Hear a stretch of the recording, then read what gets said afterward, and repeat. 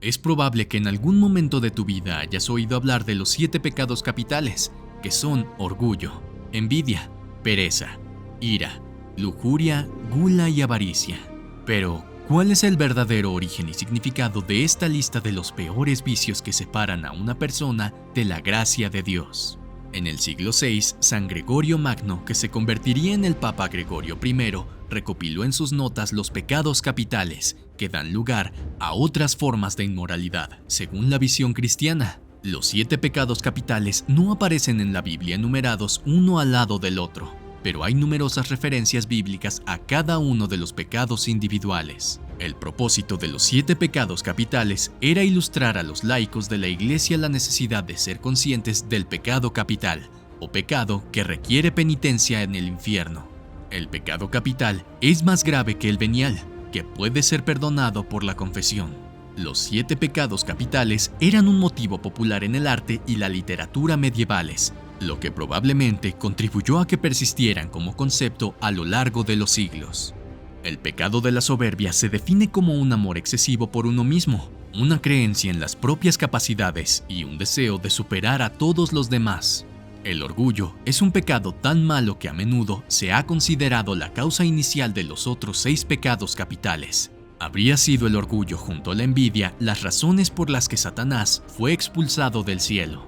Como se trataba de un sentimiento irracional de autoestima, las personas orgullosas nunca prevén que se avecina su propia caída. La envidia es el deseo de tener posesiones, felicidad, así como los talentos y habilidades de los demás. La mayoría de los envidiosos están tristes y se esfuerzan por conseguir lo que tienen los demás, aunque tengan que recurrir a métodos traicioneros para ello. Para los envidiosos, la otra persona no merece la riqueza, el talento o estatus que posee. Como nos cuenta la historia bíblica, fue por la envidia del diablo que tenía del trono de Dios que el pecado entró en el mundo. También fue por envidia que Caín asesinó a su hermano Abel. La pereza es el pecado que se manifiesta al evitar deliberadamente el trabajo. A diferencia de los pecados capitales que hemos destacado hasta ahora, la pereza no está inspirada en la inmoralidad. Más bien, surge del deseo de evitar la responsabilidad. La pereza también puede implicar desinterés por el crecimiento espiritual. Desde una perspectiva espiritual, se considera que una persona es perezosa cuando deja de practicar los principios religiosos o de utilizar los dones del Espíritu Santo. La Biblia condena la pereza tanto en su forma física como espiritual. La ira resume los sentimientos incontrolados de enfado u odio. La ira se alimenta de un fuerte deseo de venganza y suele estar alimentada por un impulso irracional de dañar a los demás. Dado a que se inspira en sentimientos de venganza, el pecado de la ira puede persistir incluso cuando la persona que la desencadenó hace tiempo ha muerto.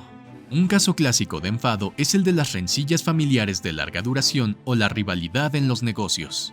La lujuria se refiere a un deseo intenso, generalmente para participar en un placer sexual ilegal o inmoral. La lujuria puede llevar a la inmoralidad sexual en 2 personas no casadas o entre 2 personas que no están legalmente casadas. Pero la lujuria no solo se manifiesta en el deseo sexual, también puede constituir un fuerte deseo irracional de riqueza, fama, comodidad excesiva o poder. La gula se refiere al consumo incontrolado de alimentos o de cualquier cosa hasta el punto de convertirse en un derroche. En el contexto cristiano, se considera que la gula es comer en exceso cuando lo correcto sería guardar parte de la comida para los necesitados.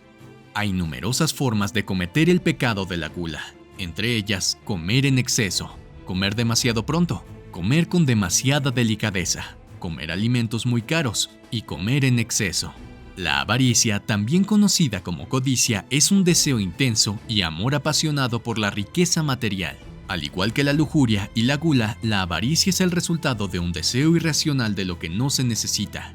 El pecado de la avaricia se manifiesta de varias maneras, entre ellas el acto de acumular cosas materiales y dinero en exceso, el robo y el hurto, así como la práctica del soborno y la corrupción. Según las creencias cristianas, a los ojos de Dios todos los pecadores son iguales y pueden ser perdonados si hay un arrepentimiento sincero.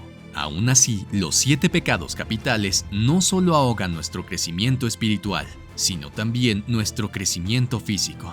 La única manera de superarlos es buscar continuamente la intervención divina a través de la oración.